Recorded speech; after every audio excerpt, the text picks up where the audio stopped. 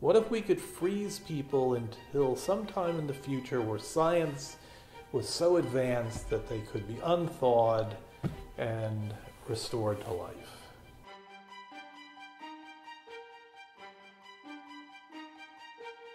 It's an American dream, a powerful dream of defeating death. Not a Frankenstein dream, not some high-tech dream with Van de Graaff generators and smoking flasks. This is a simpler dream. I have a fantastic cast. I have Paul Rudd as Bob Nelson.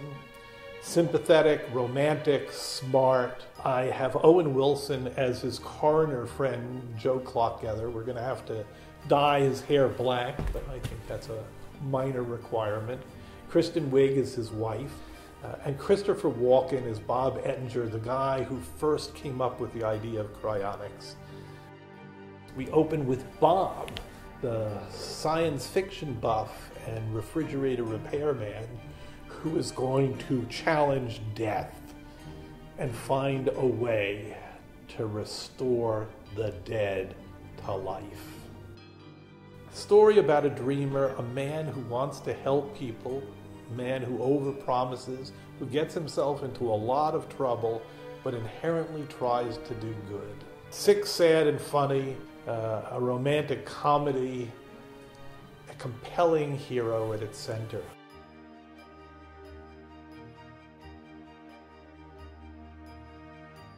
I've often wondered, this is perhaps Bob's tragedy, if someone comes to you and says, "I'm dying, can you help me? What can you do for me?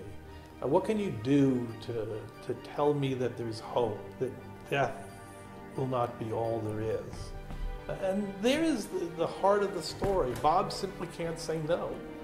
Every time you see him say yes, you think to yourself, can he actually come through with his promises? Can he freeze people? And even if he freezes people, can he keep them frozen? There's this tension throughout the story, what Bob promises, and our suspicion that perhaps he may not be able to follow through with everything. I've always loved this story about Benjamin Franklin. It's in Bob Nelson's book, We Froze the First Man. Franklin was in this terrible storm off the coast of England. His ship was wrecked. He was miraculously saved.